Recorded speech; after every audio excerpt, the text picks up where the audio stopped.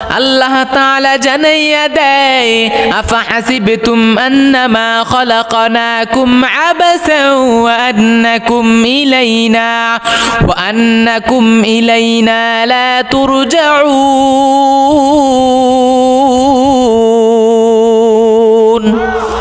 আল্লাহ তাআলা জানাইয়া দেয়, রে গোলাম, তোমরা মনে করছো আমি আল্লাহ তোমাদেরকে বানাইছি মনে হয় খামাখা। আমি আল্লাহ তোমাদেরকে মনে হয় কোনো কাজের জন্য বানাই নাই, এই ধারণা কি তোমার অন্তরে আসেনি? তোমার অন্তরে আসেনি এই ধারণা যে আমি আল্লাহর দরবারে তোমাদের ওঠা লাগবে না? তোমরা মনে হয় চতুষ্পদ প্রাণীর মতো মাটির সাথে মিশে যাইবা। আল্লাহ বলেন, না না না,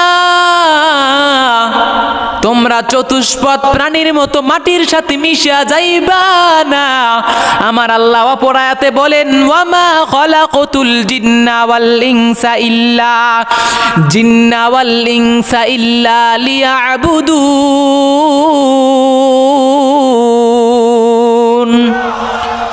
আল্লাহ তাআলা জানাইয়া দেয়, রে গোলাম, আমি আল্লাহ তোমাদেরকে খামাখা বানাই নাই। আমি আল্লাহ তোমাদেরকে বানাইছি একমাত্র আমি আল্লাহর ইবাদতের জন্য। সুবহানাল্লাহ। আমি তোমাদেরকে খামাখা বানাই নাই। চতুষ্পদ প্রাণী মরিয়া যাইবে, ওরা মরার পরে ওদের দেহ মাটির সাথে মিশিয়া যাইবে, কিন্তু আমি আল্লাহ জিন এবং মানুষকে বানাইছি একমাত্র আমি আল্লাহর ইবাদতের জন্য। তুমি কি মনে করেছো তোমাকে আল্লাহ খামাখা বানাইছে?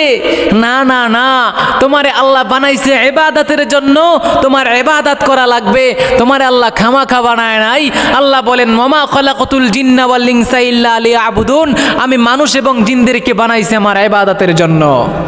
আল্লাহ তাআলা অপর আয়াতের ভিতরে আমার আল্লাহ জানায়া দেয়, লাকাদ খলাকনাল ইনসানা ফি আহসানি তাকওয়িম। আমি আল্লাহ মানুষকে বানাইলাম অনেক সুন্দর করিয়া, সুন্দর আকৃতি দিয়া। আমি এই রকম সুন্দর আকৃতি আমি আল্লাহ কাউরে দেই নাই। আমি আল্লাহ ছাগল বানাইছি, গরু বানাইলাম, কত প্রাণী বানাইলাম, কিন্তু কোন প্রাণীকে আমি এই মানুষের মতো সুন্দর বানাই নাই।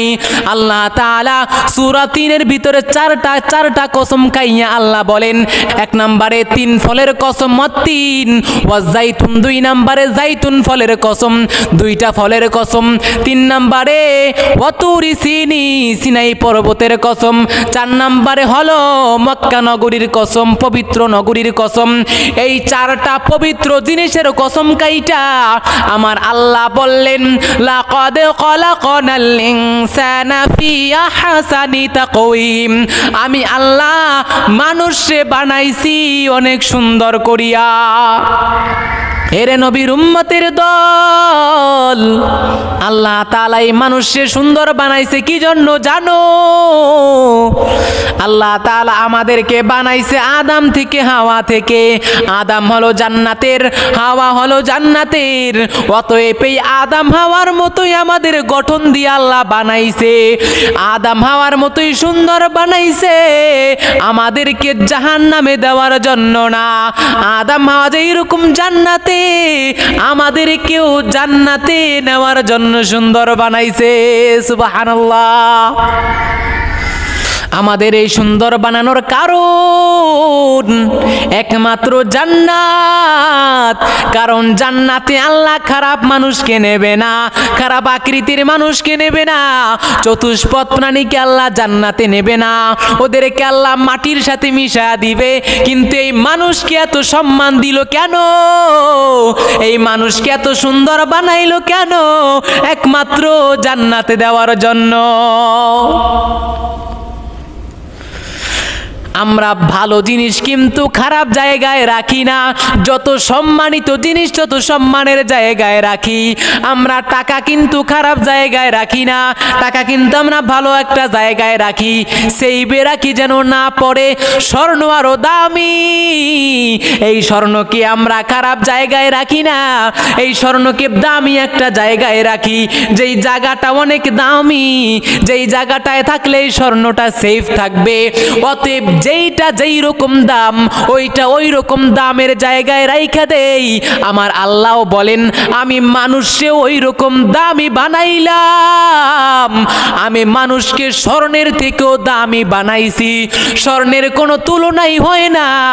আমি আল্লাহ এই মানুষকে এত সুন্দর বানাইছি একমাত্র জাহান্নামে খারাপ জায়গায় রাখার জন্য না, আমি আল্লাহ এই মানুষদেরকে সুন্দর বানাইছি একমাত্র জান্নাতে দেওয়ার জন্য। সুবহানাল্লাহ।